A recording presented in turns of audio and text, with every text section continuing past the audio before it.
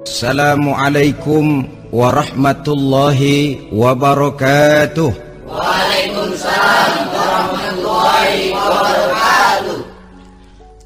Alhamdulillah, wassalatu wassalamu ala sayyidina Rasulillah, sayyidina wa maulana Muhammad ibn Abdullah wa ala alihi wa sahbihi wa mawalah.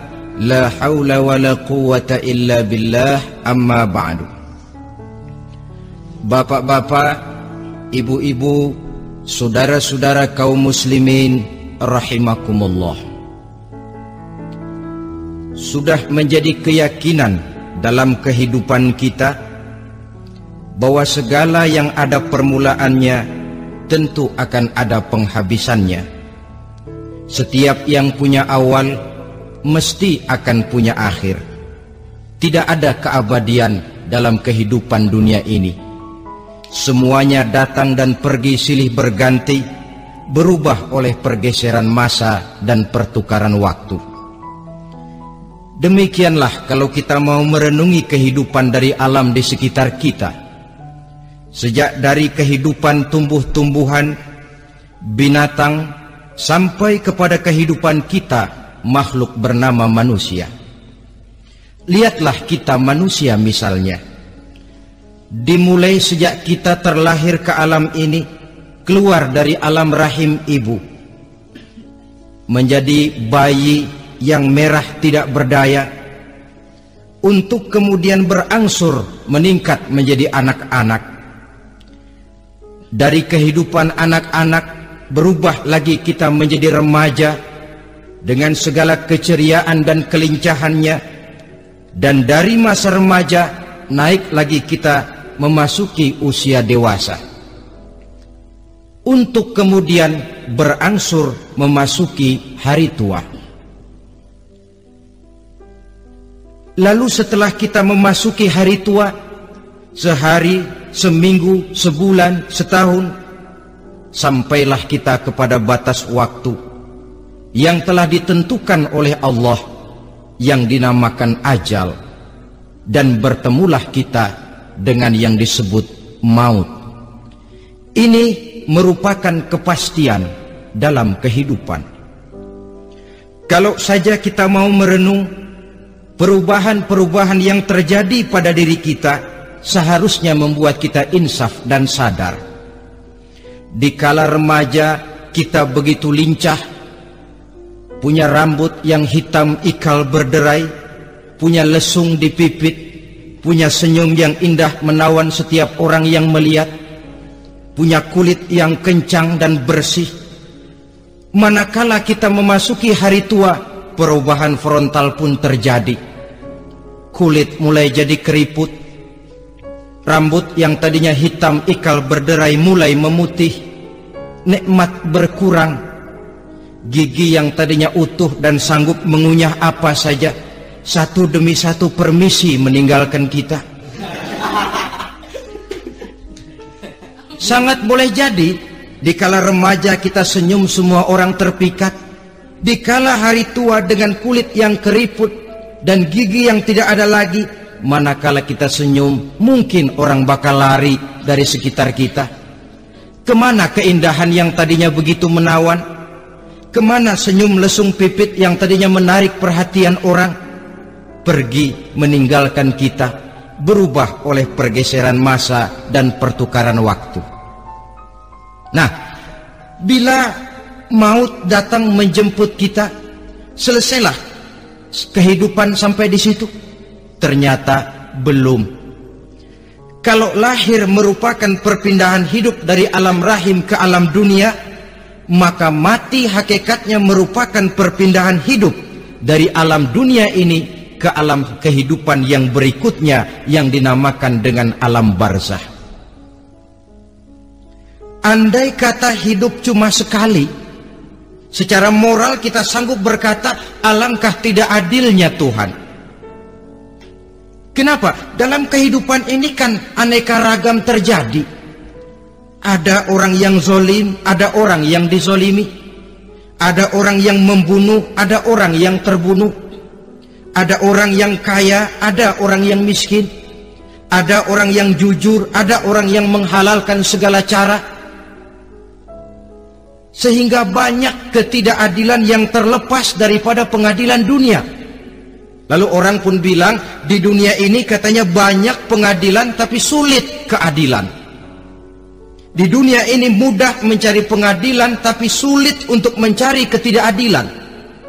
Andai kata hidup cuma sekali, tidak akan ada hidup sesudah hidup yang sekarang ini. Bagaimanakah nasib mereka yang lepas dari pengadilan dunia ini?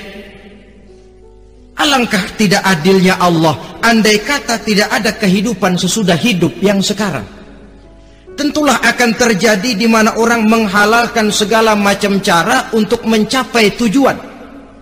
Yang penting kan saya kaya, yang penting kan saya punya jabatan dan kedudukan tinggi. Kalau perlu jilat atas, kalau perlu sikut kiri kanan, sikut kiri kanan, kalau perlu injak bawah, injak yang bawah. Ini prinsip daripada orang-orang komunis, dan pantas karena mereka tidak percaya kepada kiamat. Pantas karena mereka tidak percaya akan adanya kehidupan sesudah hidup yang sekarang ini.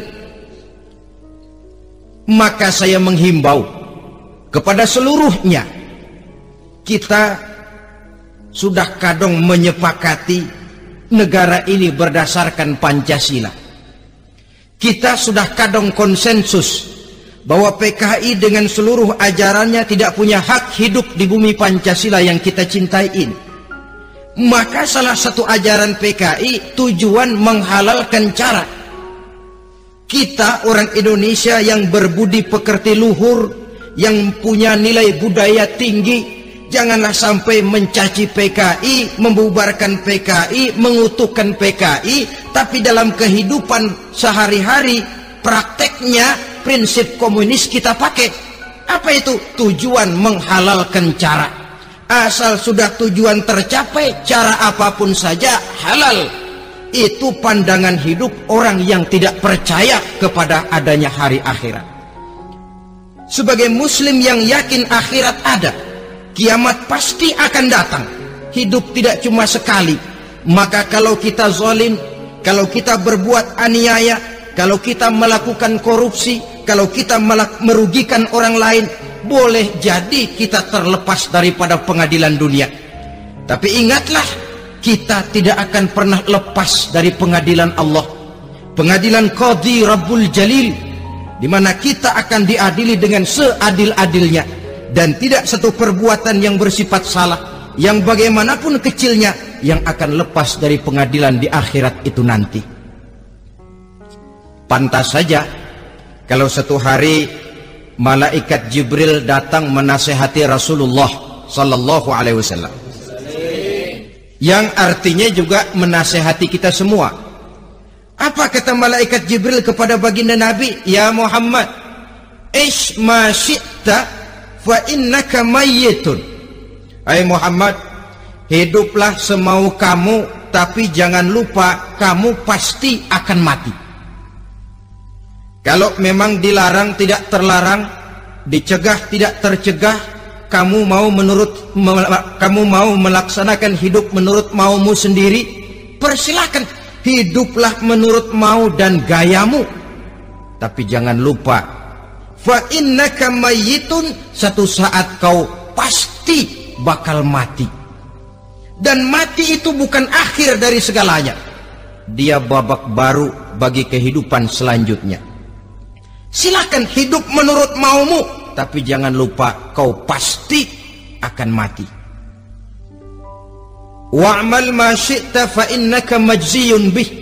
Kerjakan apa saja yang kamu mau. Kalau kau mau menghalalkan segala macam cara, persilahkan halalkan segala macam cara. Tapi jangan lupa kau akan mendapat balasan dari seluruh amal perbuatanmu. Wa ahbib ma syi'ta fa innaka mufariquhu. Dan cintailah apa saja yang mau kau cintai. Kau cintai anak istrimu, silahkan. Kau cintai harta bendamu, tafadhal. Kau cintai tanah airmu, kau cintai pangkat dan jabatanmu, persilahkan. Tapi jangan lupa, fa innaka mufariquhu, kau pasti akan berpisah dan akan meninggalkan segala yang kau cintai itu. Apa artinya ini buat kita? Ternyata sesudah maut datang menjemput kita, ada kehidupan sesudah hidup yang sekarang ini. Ini yang mendorong kita untuk dalam kehidupan di dunia ini tidak melakukan prinsip saenake dewe, semaunya sendiri saja, asal perut kenyang, asal pangkat tinggi, asal harta dapat. Masa bodoh dengan merugikan orang lain, masa bodoh dengan menipu orang lain. Iku jenenge saenake dewe. Muslim tidak diajarkan. Ingat manusia, setelah kau mati, setelah kiamat datang, kau akan dibangkitkan, kau akan dimintakan pertanggungan jawab tentang kehidupan yang sekarang ini. Saudara hadirin, oleh sebab itu kalau kita bicara soal kiamat, soal akhirat, ini memang masalah yang gaib, yang sepenuhnya tidak bisa dicernakkan dengan kemampuan penalaran intelektual. Dasar di dalam membicarakan ini tidak lain adalah iman kita kepada Allah Subhanahu wa ta'ala. Bukan cuma zaman sekarang, dari zamannya Nabi. Orang itu kalau sudah bicara kiamat, bicara akhirat, ada yang ragu-ragu, ada yang menolak sama sekali. Bukan dari zaman sekarang, dari zaman dulu. Pernah kok satu saat Rasulullah itu dakwah menceritakan, saudara-saudara, akan terjadi kiamat di mana Allah akan membangkitkan manusia dari kuburnya untuk memintakan pertanggungan jawab. Ini dalam dakwahnya Nabi pidato macam itu. Apa reaksi orang? Yang beriman ya mantap, tapi yang tidak beriman, bajingan-bajingan Quraisy ini, mereka bertepuk tangan, mengejek, mencaci. Malahan ini yang luar biasa, ada dua orang kafir namanya Ubay bin Ka'ab dan Al-As bin Wa'il. Mendengar pidato macam ini, mereka buru-buru pulang ke rumah. Ngapain? Ngambil pacul. Lalu berangkat nyari kuburan tua. Dia gali itu kuburan, tulang-tulangnya diangkut, dibawa ke depan Nabi. Ya Muhammad, tulang-tulang yang udah hancur begini, siapa yang bisa ngidupin lagi? Yang macam-macam aja kamu Muhammad, nggak rasional, nggak masuk akal. Allah menjawab. Apa kata Allah? وَضَرَبَ لَنَا مَثَلًا وَنَسِيَ خَلْقَهُ قَالَ مَنْ يُحْيِي الْعِظَامَ وَهِيَ رَمِيمٌ قُلْ يُحْيِيهَا الَّذِي أَنْشَأَهَا أَوَّلَ مَرَّةٍ وَهُوَ بِكُلِّ خَلْقٍ عَلِيمٌ. Mereka memberikan perumpamaan kepada kami, kata Allah. Mereka melupakan asal kejadiannya. Mereka bertanya, siapa yang sanggup menghidupkan tulang belulang yang sudah hancur kayak begini? Qul yuhyiha allazi ansha'aha awwala marrah. Katakan kepada mereka Muhammad, yang akan menghidupkannya adalah Dia yang telah menciptakannya pertama kali dulu. Kalau Dia sanggup menciptakan, Dia tentu lebih sanggup lagi untuk mengembalikan reproduksi ciptaan itu sebagaimana semula. Yang paling kasihan yang ragu-ragu. Akhirat itu ada apa enggak sih? Kiamat itu ada apa enggak sih? Lantaran ragu-ragu, terombang-ambing dia antara harapan dan putus asa, antara kenyataan dan idealisme. Ada yang buta sama sekali 100% terhadap keadaan-keadaan sesudah mati. Perhatian mereka hanya tercurah kepada kehidupan sebelum mati. Yang mereka perhatikan siang dan malam tidak lebih daripada urusan perut. Pergi pagi, pulang sore, peras keringat, banting tulang. Cuma soal makan, soal minum, soal pakaian, soal kendaraan, soal rumah tangga, soal anak, soal istri. Yang mereka pentingkan hanya soal-soal politik misalnya, ekonomi, pembangunan dan industri. Untuk soal-soal kayak begitu, giat betul, habis seluruh waktu untuk memikirkan meningkatkan kebudayaan, politik, sosial, ekonomi. Kadang-kadang kurang tidur, kurang istirahat, berkeliaran ke sana kemari ke tempat yang jauh-jauh, sampai kadang-kadang terkena stres, penyakit darah tinggi, ginjal, lever, untuk memikirkan hal-hal yang semata-mata karena dunia saja. Lantas boleh jadi mereka mendapatkan kekayaan yang berlimpah ruah, mendapatkan kedudukan yang tinggi, nama yang semerbak, dikenal orang di barat dan di timur, di utara dan di selatan. Tetapi alangkah kecewanya mereka jikalau datang ajal menjemput nyawa, mati mereka, meninggalkan harta yang banyak, nama yang masyhur. Mereka disebut dengan jasa-jasanya. Radio memberitakan, TV menyiarkan, koran-koran memuat. Bahkan nama mereka kadang-kadang dikenang 2-3 tahun setelah wafatnya. Tetapi dalam pada itu, roh mereka merintih, mengeluh, menderita, karena dilemparkan oleh Allah ke tempat-tempat yang kotor. Penyesalan yang sudah tidak akan ada gunanya lagi. Saudara-saudara kaum muslimin rahimakumullah, oleh karena itu kehidupan akhirat bukanlah dongeng dan takhayul, bukan khurafat dan hayalan. Kehidupan akhirat, hari kiamat, adalah kebenaran dan kepastian.